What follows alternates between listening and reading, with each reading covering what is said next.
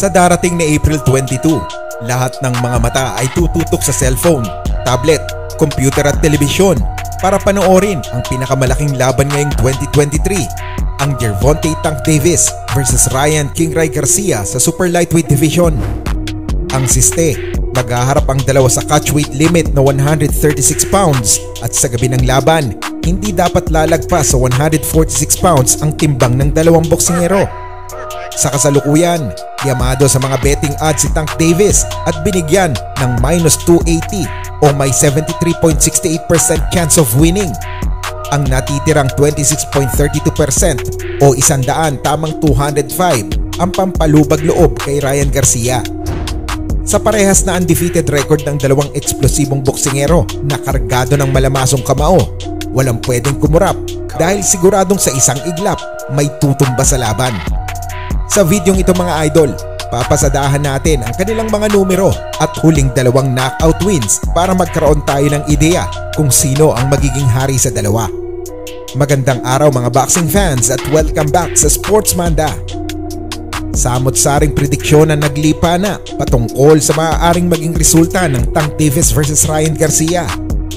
Kung babalatan natin ang tail of the tape ng mga halimaw na mama, Orthodox versus Southpaw ang maghaharap. Bit-bit ni Ryan Garcia ang 4.5 inches height advantage sa tangkad na 5'10" kontra sa 5'5.5 inches height ni Tank Davis. Lumamang din ang 2.5 inches sa reach si King Ray nang masukat sa 70 inches ang kanyang wingspan kontra sa 67.5 inches ni Tank Davis. Sa kasalukuyang ring record, si Gervonta Tank Davis ay may ibinabanderang 28 wins with 26 wins coming by way of knockout. Kung gagamit tayo ng division at conversion, 92.86% ang knockout win ratio ni Tank Davis. Hindi din naman magpapatalo ang numero ni Ryan Garcia na 23 wins with 19 knockouts o may 82.61% knockout win percentage. Pagdating naman sa ring experience, nauna ng 3 taon si Tank Davis nang pumasok sa pro boxing noong 2013. 2016 naman nang sumampa si Ryan Garcia bilang professional boxer. 2017 nang unang masungkit ni Tank Davis ang kauna-unahang world title na IBF Super Featherweight belt nang talunin si Jose Pedraza via 7th round technical knockout. Simula noon, umarangkada na ang karera ni Tank Davis at naging 3-division world champion. Kung sa quality opponents ang pag-uusapan, halos simutin ni Tank Davis ang mga bigating pangalan sa kanyang dibisyon. Mula kay Yoriorkis Gamboa, Leo Santa Cruz, Mario Barrios, Isaac Pitbull Cruz at Rolly Romero, hindi maikakailang makulay ang takbo ng karera ni Tank Davis. Marami naman ang kumestyon sa credential ni Ryan Garcia nang sabihing binibaby daw siya ni Oscar De La Hoya.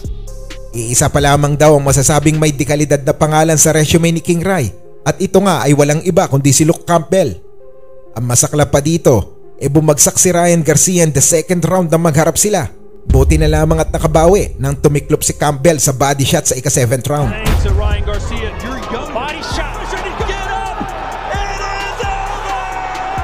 Ito ang twist sa istorya ng dalawa. May naging common opponent itong sina Tank Davis at Ryan Garcia. Yan ay walang iba kundi si Francisco Fonseca. Hinarap ni Davis si Fonseca noong August 2017 para depensahan sana ang kanyang IBF Super Featherweight crown. Kaso overweight si Tank and title on the line para lamang kay Fonseca. In the end, bagsak si Fonseca in the 8th round. Nagarap naman sina Ryan Garcia at Francisco Fonseca noong February 2020 para sa WBC Silver Lightweight Belt. Kinailangan lamang ng mahigit 1 minuto ni King Ray para tapusin itong si Fonseca. Isa pa, naging common sparring partner ni Tank at King Ray itong si Rolando Rolly Romero. Ayon kay Rolly Boy, mahirap din daw kalaban si Garcia kaysa sa mga inaakala ng karamihan. Mas mabilis at mas mabigat daw ang kamao ni Ryan Garcia kaysa kay Tank, pero yung kaliwa lang daw. Ryan Garcia is a great fighter. I think Ryan Garcia punches harder than Tank. Ryan's faster. Okay. By a lot. Ryan's a way more difficult fighter. So, I just left him. Well, narito mga idol ang dalawang huling knockout wins ni Gervonta Tank Davis at Ryan Garcia. Kayo na ang humusga kung sino ang may mas impresibong suntok at estilo na papatok sa duelo. my commands. Protect yourselves at all times. Understood? Touch him up. His last 2 fights have gone a total of 170. And now a little bit aggressive. Coming to the pressure, the bright lights, the international audience Is looking to time that sharp. Oh, a straight right hand. Trip up with the feet, and you're going to see a lot more of that whenever you We saw Euros experience, of course, with that body work. do a left hook. Campbell not biting at the See feet. the corner of Ryan Garcia. Henry Garcia, Ryan's father. Garcia 4-0 with 4 knockouts in his That he prefers fighting southpaws. Forward with It seems like he wants to. Oh, left hand sends the kid down. Absolute stunner. And look at the face of Ken. Must be going through Ryan Garcia's. You got to stay calm. England is Campbell, but that was a big reaction. This is when he can attack when he's on the ropes, and that's what he does. This crowd still buzzing. So far, I love the way Ryan Garcia.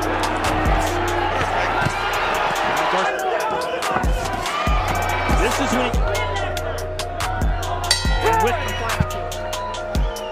Training after the 2-week isolation. He actually said, Past, I would feel stronger, like the body's best weapon is his body oh, punch, the right hand, and that which is another weapon against a left-hander.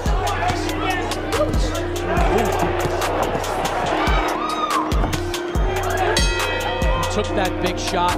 He went down. He got up. Ryan Garcia just blinked. Oh, and he got caught. He has so fast hands. His hands are so fast. With Garcia's numbers under Eddie Reynoso. 40 Big, heavy flurry in a while. Good. Oh, and there's. This was a good round. Oh, good round. With the left hook. Now it's time for Campbell to show that. Campbell's corner told him, get your composure. And his friend. Watching him throughout this. There's that check hook right there. Round 7. What an event. Garcia's been in control and won every. Brilliance, Chris, comes from instinct. Nice right hand right there. But Campbell showed all his boxing skills and stayed in there. Saying to Ryan Garcia, you're young. Body shot. And it is over! Ryan Garcia!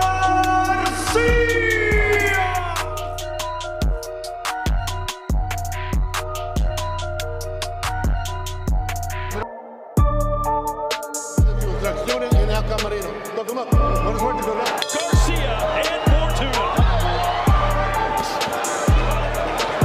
When you know that as a fighter, do you perhaps save a See it, throws that out just to sling that left hook going backwards. Losing it a lot more confident lead in the trade. All right, round 2. That straight right hand down the middle. There's that check left. And above Fortuna.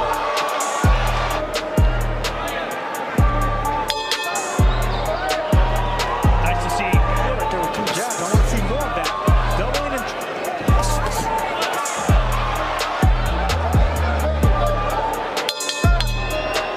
Round 4 scheduled. body can carry that extra weight.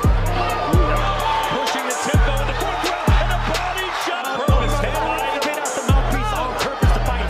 Trying to go Roy Jones. Another shot downstairs.